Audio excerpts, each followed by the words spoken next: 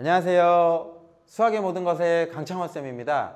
이번 영상은 경제 수학, 함수학 경제 생활 중에 수요 공급 및 효용함수 단원입니다. 그 중에 두 번째 시간입니다. 바로 전 시간에는 수요와 공급에 대한 정의를 배워봤고요. 그 다음에 수요함수, 공급함수를 배웠습니다. 수요와 공급은 뭐에 따라 결정이 되었죠? 바로 제품 또는 서비스의 가격에 따라 결정된다더라. 만약에 가격이 오르면 수요량은 감소한다. 가격이 오르면 공급량은 증가한다. 이 관계를 배웠고요. 오늘은 조금 새로운 용어입니다.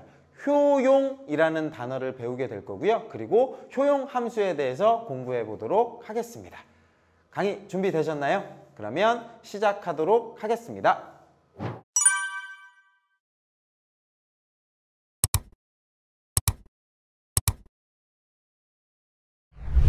먼저 효용에 대한 정의입니다. 효용은 영어로 얘기하면 utility를 얘기합니다. utility인데요. 제품 또는 서비스의 사용으로 소비자가 얻을 수 있는 주관적인 만족도를 나타내는 값이다 라고 하는 겁니다. 이 효용의 단어가 어떻게 생겼냐면 이제 경제학적으로 뭔가 이제 어떤 현상을 규명을 하려고 하는 거예요. 그랬을 때 주관적인 걸로 판단을 하기엔 좀 어려우니까 뭔가 수치로 매기기가 필요했던 거예요. 예를 들면 여러분 음료 중에 콜라, 사이다 뭐 마실래요? 라고 하면 이제 결정을 하게 되잖아요. 음식점에 갔을 때 음료는 뭐로 하시겠습니까? 라고 했을 때 저는 콜라, 사이다 이런 고민을 할 때 콜라가 더 좋다라고 하는 건 사이다에 대한 만족도보다 콜라에 대한 만족도가 조금 더 높은 거죠. 그거를 그냥 말로 표현하지 말고 수치로 나타내자라고 하는 게 효용이다라고 보시면 되는 거예요. 내가 콜라 한 잔을 마셨을 때 만족도가 10, 사이다 한 잔을 마셨을 때 만족도가 7이다라고 하면 주저없이 뭘 고르면 돼요? 콜라를 고르면 됩니다라고 이렇게 수학적으로 나타내기 위해서 수치로 매긴 걸 효용이라고 하는 거예요. 그래서 제품 또는 서비스의 사용으로 소비자가 얻을 수 있는 주관적인 만족도를 숫자로 나타낸 걸 효용이다 라고 이름을 붙여줍니다. 예를 들면 영어 감상하잖아요. 영어 감상했을 때 저 영화의 평점은요 4.5, 저 영화의 평점은요 4.0 이렇게 결정하는 거. 요거는 지극히 주관적인 마음이 들어가는 거예요. 제 마음이요. 저는 이 영화를 뭐 별점 3점 줄 거예요 라고 하는 거. 또는 휴대폰 AS 서비스 후에 만족도 조사 이런 것들이 효용이다 라고 생각을 하시면 됩니다. 어떤 숫자라고 보시면 돼요. 그래서 총 효용이라고 하는 건 뭐냐면 일정 기간 일정량의 상품을 소비함으로써 얻는 소비자의 주관적인 만족의 총량입니다. 그 값을 총 효용이라고 불러요. 그러니까 예를 들면 사이다 한 잔 마셨을 때 총 효용은 10이었다. 그러면 사이다 2잔 마셨을 때의 총 효용은 뭐 20이었다 또는 15였다 라고 결과를 내는 걸 이제 총 효용이다 라고 이름을 붙여줍니다. 이 효용도 뭔가에 따라서 영향을 미쳐요. 영향을 미쳐서 함수로 표현할 수 있는데 그 함수를 효용함수다 라고 이름을 붙여주고요. 그 효용함수는 뭐에 따라 결정이 되냐면 량에 따라서 결정이 돼요. 그 량이 무슨 량이냐면 소비량이에요.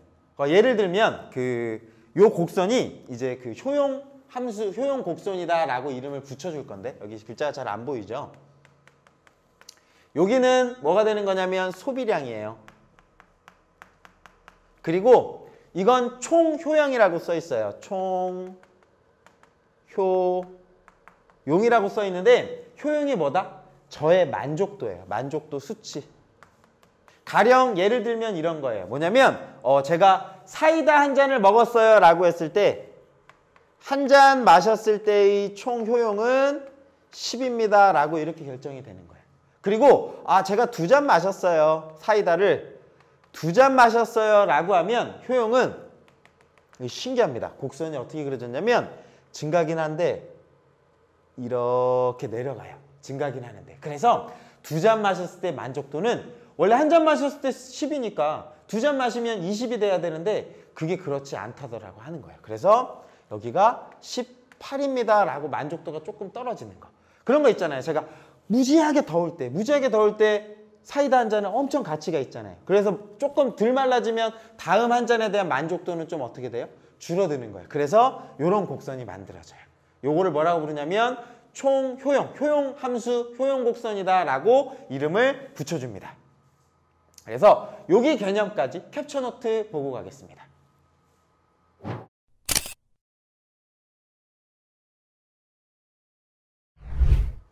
잘 보셨나요? 네. 요 함수를 조금 더 해석해 보려고 하는 거예요. 뭐냐면 소비량이 커지면 일정 시간까지는 잘 증가를 하지만 만약에 여러분 사이다 10잔 마시세요 라고 하면 어떻게 돼요? 저는 더 이상 못 먹어요 라고 이렇게 만들어지잖아요. 그죠? 그래서 일정한 시점까지는 효용이 증가하는데 점점 그 효용값이 어떻게 되냐면 줄어듭니다. 그래서 우리는 그 줄어드는 양을 또 한번 고민을 해볼 거예요. 그러니까 요거 자체는 총 효용값인데 이 효용이 증가량이 처음에 한 잔 마셨을 때 이만큼 증가했는데 2잔 마셨을 때는 조금 더 낮게 증가하고 3잔 마셨을 때는 조금 더 작아요. 3잔 마셨으면 얘는 량이 조금 더 줄어서 얼마가 되냐면 한 22? 라고 이렇게 늘어드는 거예요. 그러면 첫 한 잔 마셨을 때 효용은 10이 늘었잖아요. 그런데 2잔 마셨을 때 2잔째의 효용은 얼마가 되는 거냐면 10하고 18 사이에 있는 요 값이요. 요 값이 얼마밖에 없냐면 8밖에 안 늘어요. 한 잔에서 2잔 마셨을 때. 또 2잔에서 3잔 마셨을 때 저의 만족도는 몇 밖에 안 늘었냐면 요만큼 간격인데 요 값이 4만큼 안 는 거예요. 처음에 한 잔에 얼마큼 늘었어요? 10만큼 늘었죠. 그죠? 그 찾아봤더니 점점 양이 늘면 늘수록 만족도가 올라가긴 올라가는 건 사실이지만 한 잔씩 먹을 때마다 그 한 잔에 대한 효용값은 어떻게 되냐면 점점 줄어들어요. 그래서 경제학자들은 어디에 관심을 갖기 시작했냐면 처음에 한 잔 먹었을 때 10만큼 이렇게 늘었던 거예요. 그 두 번째 한 잔 마셨을 때는 요만큼밖에 안 는 거예요. 요걸 뭐라고 그러냐면 기울기라고 하잖아요. 그리고 2잔에서 3잔 마셨을 때의 기울기는 요건데 요거보다 조금 더 낮아지는 거예요. 기울기 값이 점점 낮아지죠. 그 값에 대해서 우리가 또 용어를 또 만들기 시작했어요. 그걸 뭐라고 부르냐면 그림이 안 보이죠? 한계 효용이라고 불러요. 자, 지울게요. 제목은 한계 효용이라고 부르고 상품의 소비량을 한 단위 늘렸을 때 효용이 얼마만큼 증가하는지를 계산하는 게 한계 효용이에요. 자, 정리를 한번 다시 해드릴게요. 자, 여기치기 뭐냐면 사이다 마신 잔수예요. 그리고 거기에 따른 뭐가 만들어져요? 효용이 만들어져요. 근데 이 효용은 첫 잔부터 마신 것까지 다 누적된 거예요. 다 누적반인 거예요. 자, 한 잔을 마셨습니다. 그랬더니 만족도가 얼마가 만들어졌어요? 저 사이다 한 잔 마셨을 때 만족도는 10이었어요. 그런데 2잔 마셨어요. 그랬더니 첫 한 잔만큼의 만족도보다는 조금 줄었어요. 기분이 좋긴 좋아요. 2잔 마실 때도 좋죠. 좋은데 조금 주는 거예요. 요만큼 줄어서 여기가 18로 이렇게 줄어들어요. 그리고 3잔 마셨어요. 이제 좀 배부른데? 라고 하면서 여기가 더 줄어야겠죠. 한 여기까지. 요렇게 줄고 여기 값이 22. 이렇게 된 거예요. 그리고 그걸 곡선으로 만들면 요런 곡선이 만들어져요. 곡선이 만들어지는데 점점 누워져요. 요걸 뭐라고 부르냐면 효용 함수라고 이름을 붙였는데 이게 신기하게 정확하게 정비례로 가는 게 아니라는 거죠. 한 잔 마시면 딱 그만큼씩 늘어야 되는데 점점 한 잔 먹었을 때의 가치는 첫 한 잔은 10이었는데 두 번째 한 잔의 가치는 8이 되고요. 세 번째 한 잔의 가치는 4가 됩니다. 라고 하는 이 18, 4에 뭘 가질 거냐면 의미를 부여하겠다는 거예요. 이 18, 4가 뭐냐면 한계 효용이다 라고 부르는 거예요. 첫 한 잔 마셨을 때 10, 한 잔에서 2잔 마실 때의 효용은 8. 근데 그게 한계 효용이라고 하는 거고 계산할 땐 이런 거예요. 그 소비량을 한 단위 늘었을 때의 효용의 증가량, 결국은 이 직선에 뭐가 되는 거냐면 기울기가 되는 거예요. 요 하나 직선의 기울기값, 요 하나 직선의 기울기값. 이렇게 만들어져서 식은 소비량의 변화량이라고 교과서에 써 있지만 우리는 암묵적으로 뭐라고 생각하셔야 돼? 한 단위 변화량 하는 거예요. 한 단위. 내가 사과를 1개에서 2개 먹었을 때, 2개에서 3개 먹었을 때, 그랬을 때의 효용의 변화량을 한개 효용이다라고 이름을 붙여줄 거고요. 그 한 개의 효용을 그림으로 그리면 기울기 값이 처음에 얼마였어요? 10. 그 다음에 얼마였어요? 8. 그 다음에 얼마였어요? 4가 되니까 한 개의 효용 값은 어떻게 되냐면 줄어들어요. 그 줄어들어서 그림을 나타내면 지금 그림이 잘 안 보이시죠? 요 곡선이 뭐가 되는 거냐면 효용함수예요. 그런데 한 단위 한 단위의 기울기가 점점 어떻게 되고 있어요? 줄어들고 있는 거예요. 처음에 10, 그 다음 8, 그 다음 4. 이 한 개의 효용 곡선은 어떻게 되냐면 요렇게 아래로 줄어들어요. 요걸 뭐라고 부르냐면 한 개 효용 곡선이다 라고 이렇게 이름을 붙여줍니다. 헷갈리지 마셔야 되는 게 요거는 뭐다? 총 효용값이에요. 그러니까 사이다를 많이 마시면 마셔도 좋긴 좋아. 좋긴 좋은데 그 좋은 느낌은 처음에는 왕창 좋았다가 점점 조금밖에 안 좋아져. 이렇게 그려지는 게 총 효용함수고 이 한 개의 효용함수는 뭐다? 이 한 잔, 첫 잔 마셨을 때의 기분 좋음, 두째 잔 마셨을 때의 기분 좋음, 셋째 잔 마셨을 때의 기분 좋음. 이 기분 좋음이 점점 어떻게 되고 있어? 줄고 있어요. 그걸 곡선으로 나타내면 감소함수로 이렇게 만들어진다라고 생각을 해주셔야 됩니다. 용어가 효용함수, 한 개 효용함수. 구분하실 수 있을까요? 여기가 지금 제일 어려운데 이것만 잘 되시면 이 단어는 끝이에요. 왜 줄어들어? 이거 줄어드는 건 뭐다? 만족도가 줄어드는 게 아니에요. 처음 한 잔을 마셨을 때의 그 상쾌한 기분과 그 다음 두째 잔 마셨을 때의 조금 좋은 기분이 그 양이 조금씩 줄어든다 이렇게 생각하시는 거예요. 총량은 어떻게 되고 있어? 늘고 있다라고 생각해 주셔야 됩니다. 네, 그래서 요거를 이제 이름을 붙여줬어요. 뭐냐면 효용함수는 늘어나지만 한 개의 효용곡선은 어떻게 되냐면 줄어들어요. 그걸 뭐냐면 요렇게 이름을 붙여줍니다. 어떤 상품에 또는 서비스에 어떤 상품 또는 서비스의 소비량이 늘 때마다 한 개의 효용은 점차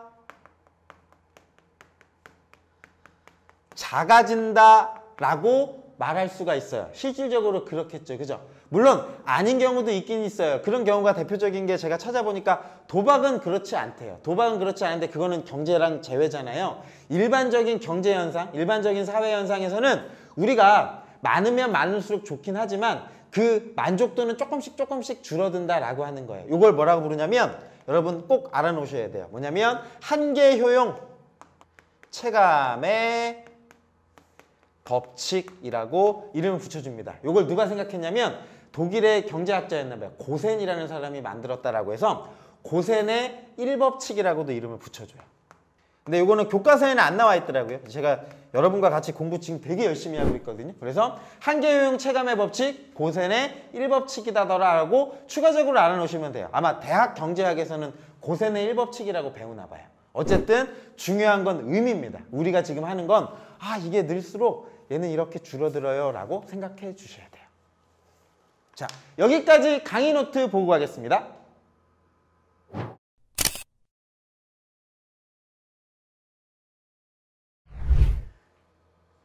잘 보셨나요? 그러면 구체적인 상황을 제가 이제 만들어 갖고 왔어요.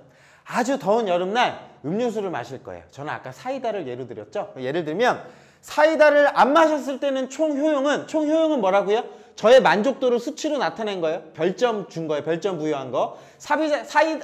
음료수 빵잔 마셨을 때의 총 효용은 당연히 0입니다. 한 잔 마셨을 때의 총 효용은 9래요. 두 잔 마셨을 때 총 효용은 17, 세 잔 마셨을 때는 24, 30, 35, 39라고 이렇게 주어졌어요. 이건 뭐냐면 총 효용이에요. 요거의 그림을 그리면 어떻게 그려지는지 느낌이 오시나요? 요거에 그림 그리면 처음에는 0이었어요. 마시니까 기분이 좋아요. 좋긴 한데 점점 만족도는 조금씩 떨어진다라고 해서 이렇게 그림이 그려지는 거예요. 이게 뭐다? 효용 곡선, 효용 함수인 거예요. 그런데 한계 효용은 뭐냐면 여기에 관심을 가지는 거예요. 처음 한 잔 마셨을 때의 만족도가 얼마 늘었어요? 9 이렇게 되겠죠. 그죠? 그리고 한 잔에서 두 잔째 마셨을 때는 만족도가 한 잔 마셨으니까 9니까 두 잔 마시면 18 나와야 되는데 17 나왔죠. 한계의 그 효용은 얼마가 되는 거냐면 8이 이렇게 되는 거예요. 좀 떨어지는 거 보이시나요? 자, 두 잔째에서 세 잔째 마실 거예요. 두 잔 마셨는데 한 잔 더 마실까? 세 잔 마시면 어떻게 돼요? 7로 이렇게 더 줄어들죠. 그죠? 그 다음에 네 잔 마실 거예요. 그때는 만족도가 6밖에 안 되는 거예요. 요 그 한 단위 한 단위에 대한 만족도의 변화가 한계 효용이라고 이름을 붙여준 거예요. 그리고 네 잔에서 다섯 잔 마실 때는 5만큼 늘었고 다섯 잔에서 9잔 마실 때는 4만큼 늘었죠. 요 값이 한계 효용인 거고 요걸 그래프로 나타내면 어떻게 되는 거예요? 감소죠? 이렇게 그림이 그려진다더라. 얘가 한계 효용 곡선인 거예요. 그리고 한계 효용의 법칙 뭐라고요? 점점 증가하면 증가할수록 한계 효용은 어떻게 된다? 작아진다. 그거를 한계 효용 체감의 법칙이다 라고 이름을 붙여주는 겁니다. 요 예시를 가지고 아까 이야기한 걸 좀 이해하셨으면 좋겠어요. 문제를 통해서 이제 해결해 보도록 하겠습니다. 다음 표는 영희의 과자와 사탕 소비량에 대한 한계 효용을 나타낸다 라고 주어졌습니다. 소비량의 문제가 이렇게 주어졌어요. 과자의 한계 효용, 사탕의 한계 효용이라고 주어졌어요. 그러면 주의하셔야 되는 건 용어를 두 개를 구분하실 수 있으셔야 돼요. 총효용이라고 하는 게 있어요. 총효용은 뭐예요? 누적을 생각하는 거예요. 누적. 근데 한계 효용은 뭐예요? 잔당 이렇게 되는 거예요. 한 잔당 또는 개당의 개념으로 보시면 되는 거예요. 그래서 이 한계 효용이 16이라는 건 처음에 빤 개에서 하나 먹었을 때 한계 효용이 16이라는 거예요. 그리고 한 개에서 두 개 먹었을 때의 한계 효용은 8이라는 겁니다. 그래서 실제로는 이제 뭐도 생각을 해주셔야 되냐면 이 문제가 주어졌을 때 첫 번째는 묻는 건 이거예요. 과자와 사탕의 소비량에 대한 총 효용을 구하시오 라고 주어졌잖아요. 총 효용은 아까 얘기한 것처럼 뭐예요? 누적이에요. 그래서 이렇게 표를 바꾸셔야 돼요. 아까 문제에서 주어진 표는 누적 단원이 주어진 거예요. 이게 단위가 주어진 거예요. 그런데 총 효용은 뭐냐면 누적이 되는 거예요. 자, 봅시다. 처음에 과자를 하나도 안 먹었어요. 그러면 효용은 얼마가 되는 거예요? 0 이렇게 되겠죠. 그죠? 그런데 0에서 하나 먹었을 때 한계 효용이 얼마예요? 16이니까 여기 값은 16으로 이렇게 되는 거예요. 그리고 16인데 요 값이 8이죠. 그죠? 이 8은 뭐냐면 한 개에서 두 개 먹었을 때, 두 개 먹었을 때 째의 만족도인 거예요. 처음 하나 먹었을 때의 만족도보다는 어때? 작지? 그래도 총 누적된 효용은 어때요? 24가 되는 거예요. 요 값을 여기다가 더해서 만들어지는 거. 이해가 되시나요? 그리고 세 개째 먹을 거예요. 세 개째 먹으면 4니까 28 이렇게 되겠죠. 그 다음 또 네 개째 먹으면 30. 다섯 개째 먹으면 이제 만족도가 하나밖에 안 늘어나는 거. 배가 부르거든요. 그러면 31 이렇게 되는 거. 자꾸 반복됩니다. 제가 높아심에 하는 거예요. 자, 이게 총 효용입니다. 그림 어떻게 그려져야 돼? 이렇게 그려지는 거야. 오케이? 한계 효용 곡선 어떻게 그려지는 거예요? 내려가는 거예요. 오해하지 마셔야 되는 건 내려간다라고 해서 감소되는 건 아니야. 총 누적되는 건 올라가는 겁니다. 따져주셔야 돼요. 오케이. 이제 더는 안 할게요. 좋아요. 그럼 같은 방법대로 사탕의 총 효용도 구할 수가 있겠죠. 16에서 처음에 안 먹었을 때는 빵이에요. 빵이고 하나 먹었을 때는 5네요. 두 개 마저 먹었을 때의 총 효용은 9네요. 이렇게 되는 거예요. 그리고 세 개 먹었을 때의 총 효용은 12. 네 개 먹었을 때 총 효용은 14. 그 다음에 15입니다. 라고 하는 거예요. 이게 수치로 만들어낸 겁니다. 이제 저의 과자 먹었을 때의 느낌과 사탕 먹었을 때의 느낌을 이렇게 수치로 표현한 거. 그걸 뭐라고 부른다고요? 효용이다 라고 이름을 붙여준 거예요. 경제 용어입니다. 네, 좋아요. 그랬을 때 그럼 이제 여러분들한테 이제 돈이 주어지는 거예요. 그러면 저에게 뭐 얼마 돈이 있습니다. 뭐를 사 먹는 게 가장 합리적인 소비가 될까요? 당신이라면 뭘 사 먹을까요를 이제 하는 거예요. 자, 요거 채운 거 이제 제가 살짝 지울게요. 제가 찾아오긴 했어요. 요 값이 총 효용이 되는 겁니다. 과자의 총 효용, 사탕의 총 효용.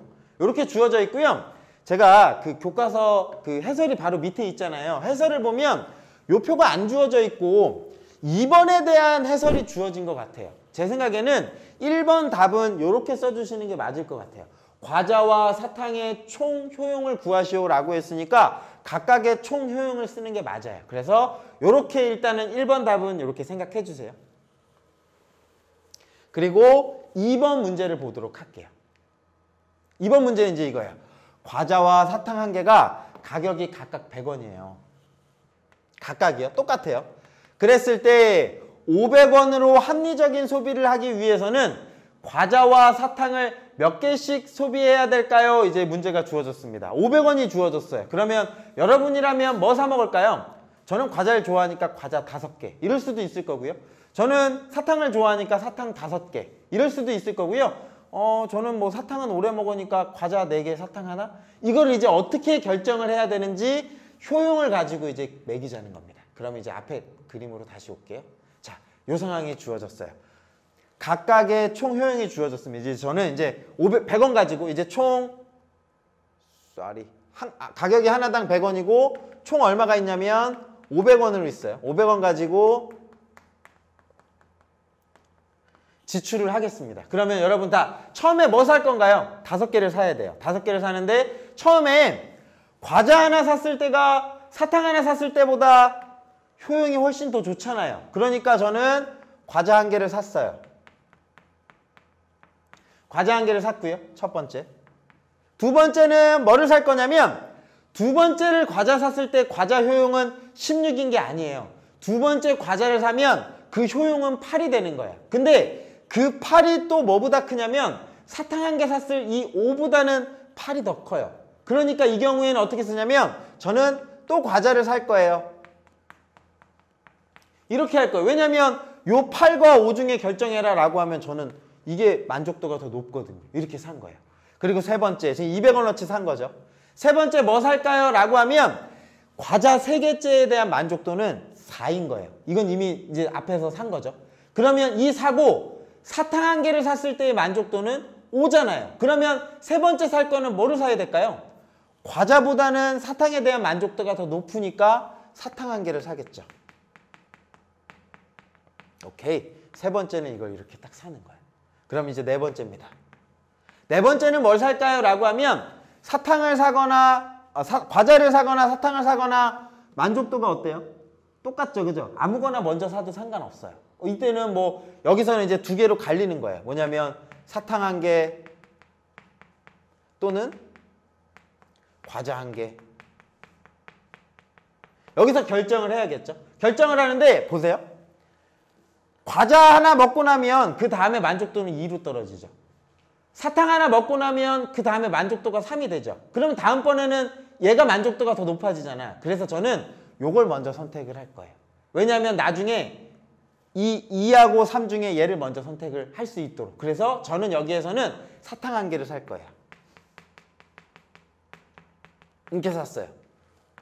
그러면 당연히 5번째는 뭐가 될 거냐면 당연히 요걸 살 수밖에 없는 거예요. 그죠? 요걸 사서 과자 1개를 이렇게 사서 총 몇 개를 샀냐면 5개를 산다라고 하는 거예요. 이게 가장 합리적인 소비가 되는 거예요. 이해가 되실까요? 그래서 답은 저 500원으로 뭐 살 거냐면요. 과자를 하나, 둘, 3개. 그 다음에 사탕을 2개 사는 게 가장 합리적이다라고 이렇게 생각을 하시면 되는 거고요. 실제로 여기에서 4번과 5번은 순서가 바뀔 수도 있어요. 왜냐하면 4, 4 동등하니까. 어쨌든 바뀌어도 개수는 똑같습니다. 그리고 교과서에서는 이렇게 주어졌지만 여러분들이 추가적으로 알아야 되는 게 있는데 뭐냐면 1원당 요 개념을 아시긴 아셔야 돼요. 뭐냐면 이 수치가 그냥 딱 가면 안 돼요. 왜냐면 이 문제에서는 과자도 100원, 사탕도 100원이니까 똑같으니까 상관없는데 예를 들면 김밥? 김밥이 2,000원이에요. 근데 만족도가 3,000원이에요. 그리고 샌드위치가 있어요. 샌드위치가 3,000원이에요. 근데 내 만족도가 어느새 제 용어로 바뀌었다. 만족도가 6,000이에요. 근데 우리는 경제인이잖아. 그지? 저도 아직 경제인이 안 돼서 이게 더 마음에 드는데 사실 만족도 대신에 무슨 단어 써야 돼? 한계 효용을 쓰셔야 돼요. 김밥 하나 먹었을 때 한계 효용이 3,000. 샌드위치 하나 먹었을 때 한계 효용이 6,000인 거예요. 요거보단 요 숫자가 더 낫겠다. 요거를 4,000이라고 이렇게 할게요. 이렇게 할게요. 이렇게 하면 여러분은 김밥을 사 먹을 겁니까? 샌드위치를 사 먹을 겁니까? 만약에 단가가 같으면 그냥 계산해 주시면 돼요. 그런데 만족도가 4,000원이니까 당연히 샌드위치 사 먹어야 되는 거 아니에요? 라고 하는데 얘는 더 비싸잖아요. 3,000원이요. 그래서 1원당 한계 요용을 따져주긴 하셔야 돼요. 1원당 한계 요용은 뭐냐면 가격으로 나눠주셔야 돼요. 가격분의 한계 효용으로 나눠주면 그게 1원당 한계 효용이 되는 거예요. 그러면 김밥 같은 경우에는 2,000분의 3,000이니까 2분의 3이니까 1.5가 나오는 거예요. 그러면 1원당 한계 효용은 1.5예요. 그런데 샌드위치의 한계 효용은 3,000분의 4,000이에요. 그럼 얘는 3분의 4잖아요. 요거는 3분의 1이 얼마게요? 0.333333. 333 이렇게 가는 거예요. 그럼 사실상 만족도는 샌드위치가 더 높지만 1원당 한계 효용은 누가 더 높냐면 김밥이 더 높은 거예요. 이럴 땐 누구 선택하셔야 돼요? 김밥을 선택하는 겁니다 라고 생각을 해주셔야 됩니다. 그래서 이 문제상에서는 그거는 따질 필요가 없었어요. 왜냐하면 가격이 같았으니까. 네. 그런데 여기서는 가격이 같았지만 자, 여기서 이제 이런 용어가 생겨요. 뭐가 생기냐면 제가 지금 과자를 3개 샀고요. 사탕을 2개를 샀어요. 2개를 샀을 때 마지막 세 번째 보시면 1원당 한계 효용이 요 4잖아요. 4가 원래 가격이 얼마였어요? 100원이었어요. 100원이니까 100분의 얼마를 계산해 주시냐면 4를 계산하는 거예요. 요 경우. 과자 3번째 사 먹을 때. 그 다음에 사탕 2번째 사 먹을 때 한계 효용도 얼마가 나오냐면 100분의 4니까 이게 같아져요. 이게 같아지는 순간 딱 멈추면 그 경우가 뭐가 되는 거냐면 가장 합리적인 소비가 되는 거래요. 그러니까 여기서 더 많이 사지 말고 과자 3개랑 사탕 2개 딱 샀을 때 1원당 한계 비용이 얘도 100분의 4, 얘도 1원당 한계 비용이 100분의 4니까 딱 같아지잖아요. 그러면 합리적인 소비를 했어 라고 이야기를 할 수 있다라고 합니다. 그래서 일정한 지출액으로 지금 문제처럼 뭐냐면 500원이 주어졌잖아요. 500원 주어졌을 때 어떨 때 가장 만족도가 높을까요? 또는 한계 효용값이 높을까요? 계산할 때 요걸 맞춰줬을 때를 뭐라고 부르냐면 1원당 한계 효용이 서로 같도록 소비할 때 소비자는 가장 큰 효용을 얻게 돼서 합리적인 소비를 하게 된다라고 해요. 근데 이 상황을 뭐라고 부르냐면 한계 효용 균등의 법칙이라고 불러요.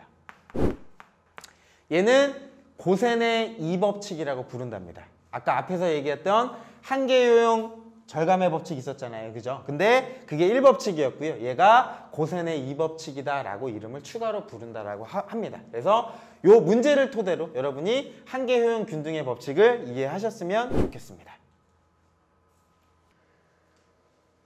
네, 아까 그거를 표로 정리해 놓은 게 있습니다. 뭐냐면 과자 총 5개를 사잖아요. 5개를 살 수 있는 가짓수는 빵개 5개, 1개, 4개, 2개, 3개, 3개, 2개, 4개, 1개 또는 5개 빵개 이렇게 살 수 있는데 그 각각에 대한 총 효용을 아까 1번에서 계산을 했고요. 그걸 다 더하면 총 효용이 이렇게 숫자가 만들어지는데 그냥 그거 자체에서 제일 클 때가 어떨 땐가 봤더니 과자가 3개, 사탕이 2개입니다 라고 이렇게 푸셔도 괜찮아요. 그러니까 저는 아까 찾을 때 하나씩 갔잖아요. 그 옆에 있는 한 개 효용을 보고 나 이 경우에는 이거 사고 이 경우 사고 이렇게 해도 되지만 지금처럼 총 효용을 각각 구해놓고 더했을 때 가장 커지는 순간을 찾으셔도 합리적인 소비가 될 수 있는 거예요. 답은 똑같이 나옵니다.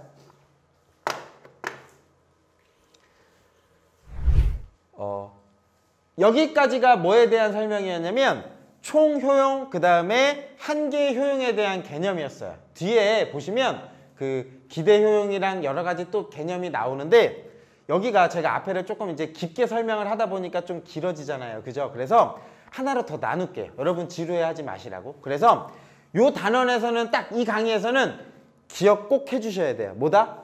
총 효용이 뭐다? 알고 계셔야 되고요. 그 다음에 한 개의 효용이 뭐다? 알고 계시면 될 것 같아요. 그리고 그 개념 중에 혹시 이해가 안 되시는 부분이 있으면 댓글에다 남겨주시면 제가 다시 한번 찾아서 답변해 드리도록 하겠습니다. 저는 1원당 한 개 효용 계산하는 거 잘 모르겠어요. 이게 무슨 말인지 모르겠어요 하시면 남겨주세요. 그러면 좀 더 이해하기 쉽도록 제가 알려드리도록 하겠습니다. 네, 저는 다음 강의에서 만나보도록 하겠습니다. 긴 시간 수고 많으셨습니다. 오랜만에 얘기할게요. 구독과 좋아요 감사합니다. 네, 좋은 하루 되세요. 네.